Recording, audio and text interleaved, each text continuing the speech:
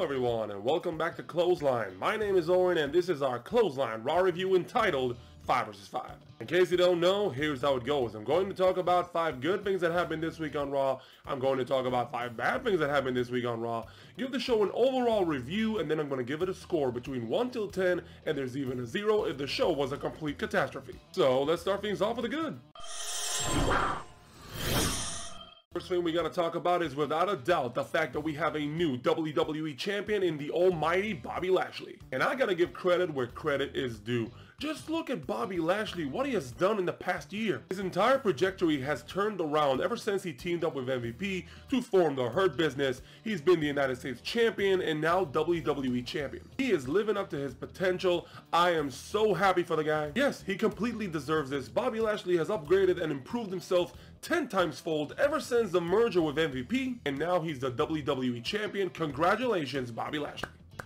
There is something that bugged me about this matchup, but first I gotta give praises to both Drew McIntyre and Sheamus. Because I've been waiting for this matchup for the past couple of months. They have been building towards this, and I've waited, and we finally got it, and I admit it was worth the wait. And the ending was superb when both men tried to hit their finishing move at the exact same time, and McIntyre connecting first, pinning Sheamus, and he wins. A great match by both men, as I knew it would be, but still I have problems with it. I'll talk about that later. Charlotte Flair went out tonight and gave a passionate speech about her recent developments with her father. It was a good promo by Charlotte, but by the end of it, yep, Charlotte is back in the world title hunt. So will the prophecy be fulfilled? Will Charlotte beat Asuka and then we can get Ripley versus Charlotte? Just when you think you have a clear plan for Mustafa Ali, you change it all up. So I'm guessing he's getting a US title shot? And our 5th good point has to go without a doubt to The Miz. This was The Miz's swan song, because think about it, if you have to lose the WWE Championship, then you go down in a blaze of glory.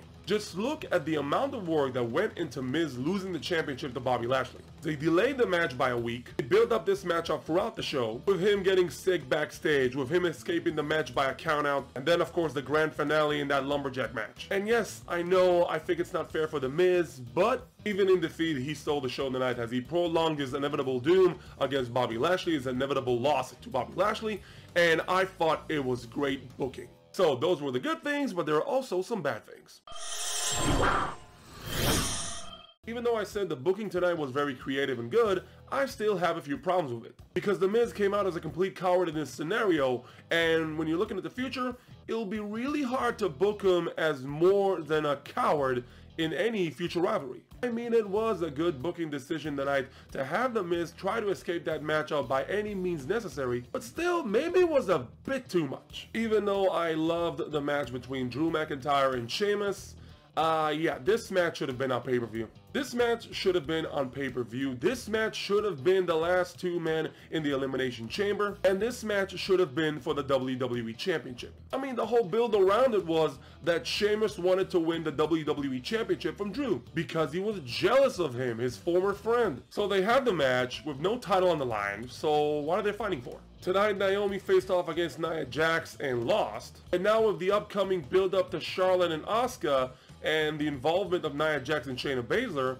where does that put Naomi and Lana? So what was the deal with the whole Braun Strowman, Shane McMahon, Adam Pearce thing? We get it. It all builds up to Braun Strowman versus Shane McMahon at WrestleMania, but why involve Adam Pearce in all this? The last point was supposed to focus on a specific rivalry, but as I look at the show tonight, it looks like they took a huge U-turn on some major rivalries that has been building for the past couple of weeks. First off, Sheamus and Drew McIntyre. It seems this is the end of their rivalry. When it was supposed to be a championship match, maybe as both men would be the last 2 in the Elimination Chamber. But no, scratch that. We got the Miz cash in, the Bobby Lashley thing, and now we have the match tonight. Then we had the whole storyline between Mustafa Ali and Kofi Kingston, and that looks to have been nixed and changed to Mustafa Ali against Matt Riddle. Then look at the women's tag team titles. It looked like they were building towards a tag team title match between Naomi and Lana against Nia Jax and Shayna Baszler, but now it looks like Nia Jax, Baszler, and Charlotte are all involved in the Raw women's title scene. I mean, if you start a story,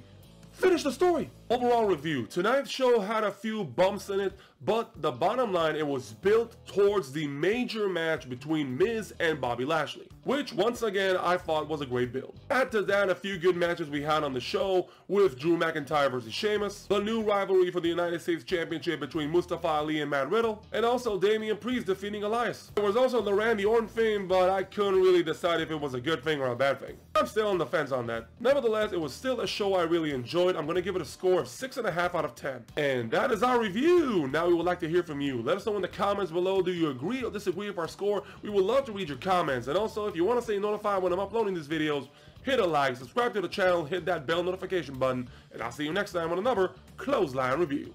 Thank you for watching.